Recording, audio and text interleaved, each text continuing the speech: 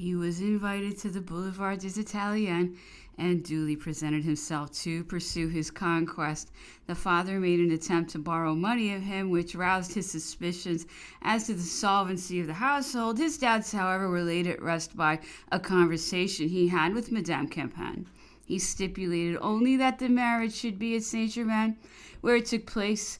Nevo's 25-year age, January 15th, 1805, the bridegroom, who gave himself out as a captain in the 15th Regiment of Dragoons in General de Groville's division, was a scamp of the first quality. He had formerly been quartermaster in the regiment and had just resigned his commission with the intention of becoming an army contractor. Meanwhile, he was living on credit at the inn, relying apparently a good deal more on his wife's beauty than on his own resources for escape from his embarrassments. 2 months after the wedding, he was arrested on the charge of having forged a bill he had paid over to his regiment and was condemned to a term of imprisonment. Eleanor then bethought her that she had been at school with Caroline Murat, Her Imperial Highness the Princess Caroline, and warmly recommended by Madame Campan. She went to implore her protection. Caroline placed her at a boarding house at Chantilly, where young women in distressed circumstances were received. But yielding to Eleanor's entreaties, she eventually took her into her own household, very much against the advice of Madame Campan, who wished her to retire from the world for a time and then to find a fresh husband in the provinces. Eleanor was a beautiful creature, tall, graceful, and finely formed, a brunette with magnificent dark eyes. She had a great vivacity of manner and was a born coquette. Her youthful training had not taught her to be over-scrupulous, nor had the 2 months she had spent with Revel tended to increase the rigidity of her morals. Her duty at first was the announcement of visitors to the princess, from which office she was promoted to the rank of reader. Chance brought her under the emperor's notice when he came to see his sister towards the end of January 1806 after his return from Austerlitz. She took every possible opportunity of attracting his attention, and when his overtures were laid before her, she responded with alacrity. She consented to visit him at the Tuileries, and it soon became her habit to spend 2 or 3 hours there from time to time. On the 13th of February in this year, she lodged an application for a divorce on the grounds of her husband's misconduct and obtained a decree in her favor almost as a matter of right.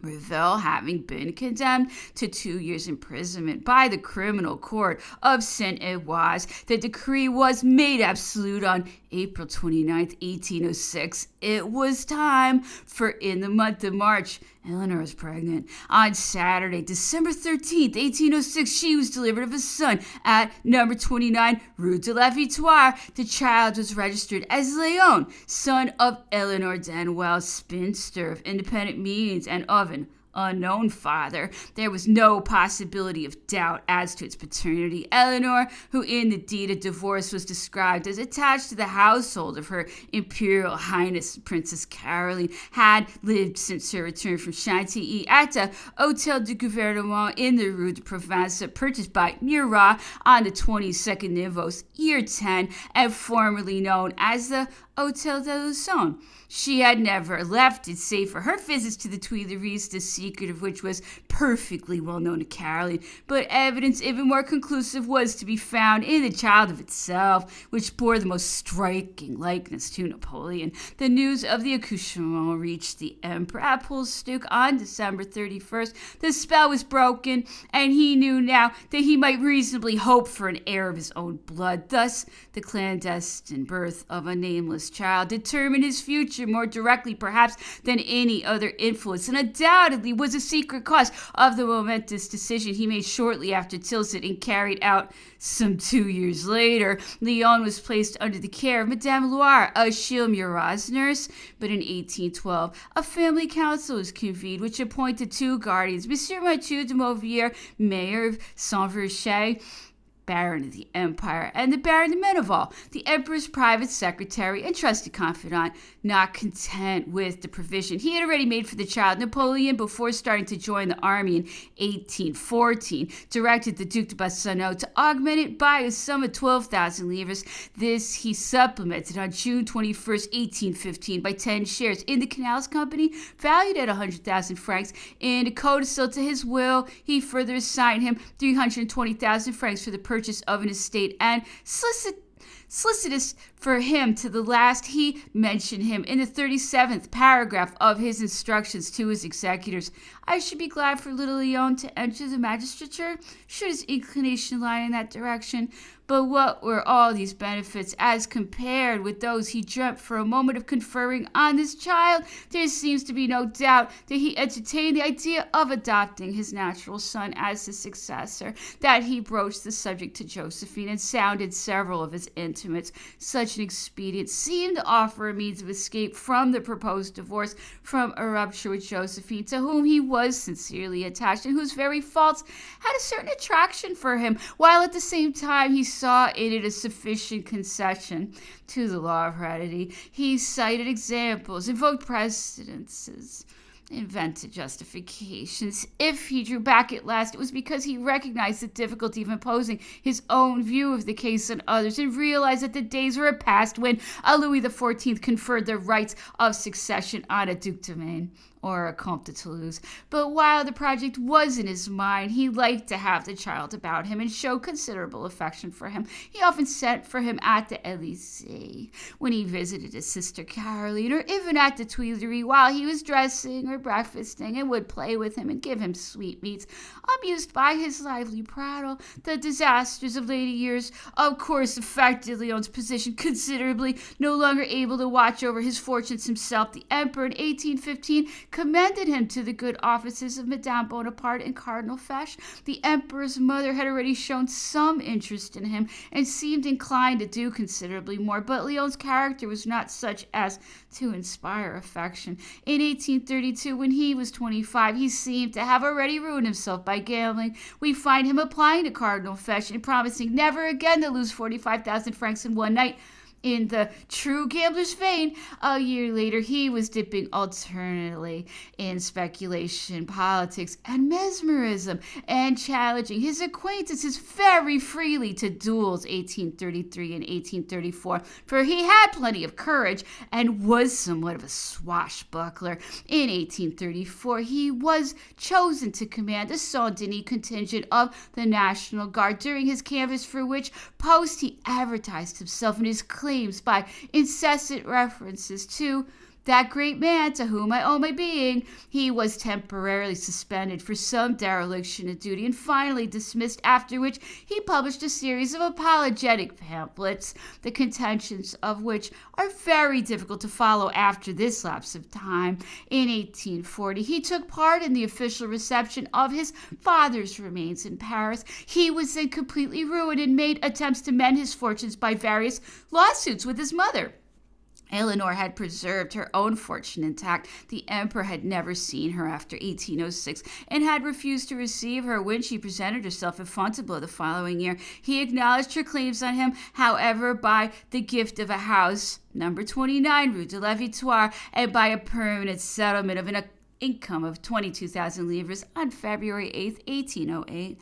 That very day she married Monsieur Pierre Philippe Augier, a lieutenant of infantry, the son of Monsieur Augier de la Saussay, who had been successively deputy of the Third Estate in the Constituent Assembly, sous-prefect of Rochefort, and from the year 12 onwards, a representative of La Charente in the legislative body. Lieutenant Augier took his wife to Spain and died in captivity after the Russian campaign. His widow was soon consoled and took a third husband at Seckenheim, May 25th, 1814. Queen, in the person of Charles August Emile Count Luxembourg, a major in the service of the King of Bavaria. Returning to Paris with this new partner, she was immediately attacked by her first husband, Revel, who tried to blackmail her, taking advantage of the fall of the tyrant to pose as a victim and trade upon his wrongs. Madame de Luxembourg, however, resisted his extortions, whereupon Revel avenged himself and made a few francs by the publications of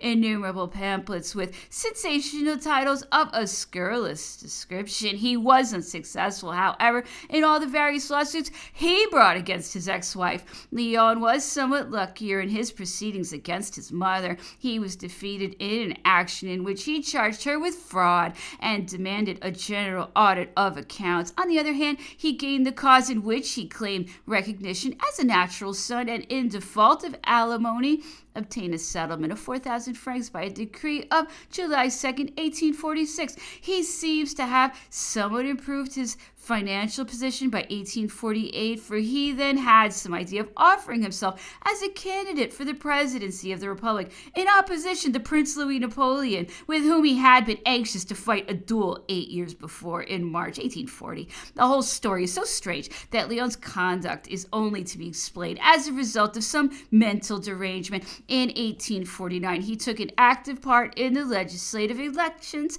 and published a manifesto entitled Citizen Leon, sometimes known as the Comte Leon, son of the Emperor Napoleon, director of the Peace Society to the French nation. When the Second Empire was established, Leon obtained from Napoleon III, whom he had wished to kill, a pension of 6,000 francs and the payment of Napoleon I's legacy, altogether a capital of 225,319 francs. Not content with this, he made a further claim in 1853 for 572,670 francs, which he alleged to have been assigned to him by decrees of April, May, and June 1815. In 1857, he sued the Minister of Public Works for 500,000 francs, which he declared to be due to him for draft plans of the Northern Railway. Not a year passed without a mass of claims, proposals, and petitions on his part. His debts were paid out of the civil list no less than 6 times. His brain was in a perpetual state of ferment with schemes for railways, public roads, proposed lawsuits, commercial speculations, etc. His pamphlet, published in 1859, Peace, the Solution of the Italian Question, is a sort of ultimatum in which Causan is extolled as the prophet of his times. To him and to him alone we owe the solution of all difficulties past and to come. Causan, it may be necessary to explain, was the author of the 9 books, 1809, the founder of the Grey House, 1810, and the New Grey House and Spiritual Families. It is not unlikely that the Peace Society, of which Leon styled himself director in 1849, was an emanation from the Spiritual Families, which everyone but himself had probably forgotten by 1859. Leon died at Pontoise, April 15th, 1881, certainly deranged. Many romances have been built up on the hypothesis of a natural son of Napoleon's having survived him, but what romance could rival that of true history, of which we can only glean fragments from law reports, civil registers, circulars, and electoral addresses? Strange and startling would be such a history given in its entirety. Chapter 14, Hortense. The beginning of the year 1807 was an epoch of monument in the life of Napoleon. In January, he heard of the birth of Leon. In May, of the death of Napoleon Charles. The birth of Leon convinced him that he need not despair of posterity. The death of Napoleon Charles, the son of Louis and Hortense, dispelled a vision of heredity he had long nourished, a vision which external circumstances, rather than his own inclinations, had hitherto prevented him from realizing by a solemn act of adoption. The boy was the child of his heart, the son of the young girl to whom he had been father and guardian, and for whom his affection had been so strong from the beginning that her tears had moved him to grant the pardon he had refused to his own love for Josephine. He was the son, too, of his favorite brother, the little brother who had been almost a son to him, whom he had brought up and educated out of his own scanty pay as lieutenant of artillery. whom he had made his aide-de-camp, who had witnessed the first of his great achievements, and whom he had raised in his own upward course to a throne. In this child he recognized the very characteristic type of the Bonapartes, neither disfigured by Louis's thick lips and ill-shaped nose, nor emasculated by Hortense's slender Creole grace, yet softened and etherealized by a halo of golden hair. To this child, the first boy of the new generation, Napoleon gave his father's name, Napoleon Charles. So warm was his affection for the boy, and so openly was it manifested, that malicious tongues soon began to insinuate that he was its father, and that his stepdaughter had been his mistress before her marriage. We will now inquire into the truth of this rumor. Hortense's marriage contract was dated Nevos 13th, year 10, January 3rd, 1802. The wedding took place on the 14th, January 4th, and her son was born on the 18th Vendemiaire, year 11, October 10th, 1802. Clearly then, she was not pregnant at the time of the marriage, and it was no case of necessity, as Lucien Bonaparte hinted, seeing that a period of 180 days elapsed between the marriage and the birth of the child, the normal interval in such cases being 270 days. Now on Nevos, the 18th, January 8 at midnight, the first consul started for Lyon. He did not return to Paris till Pluviose, the 12th, February 1st.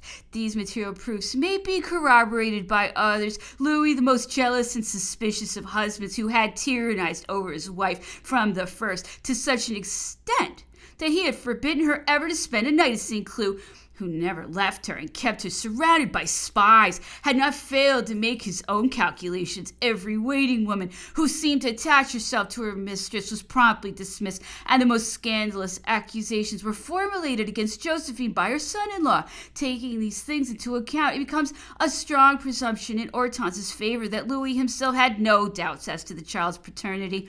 In his Documents historiques sur le Holland, he expressly declares that he knew himself to be the father of the 3 children, whom he and his wife loved, he says, with equal tenderness. This statement he repeated both in prose and verse, for he prided himself on his poetic gifts. When Napoleon proposed to adopt Napoleon Charles, Louis very possibly alluded to the rumors that were rife.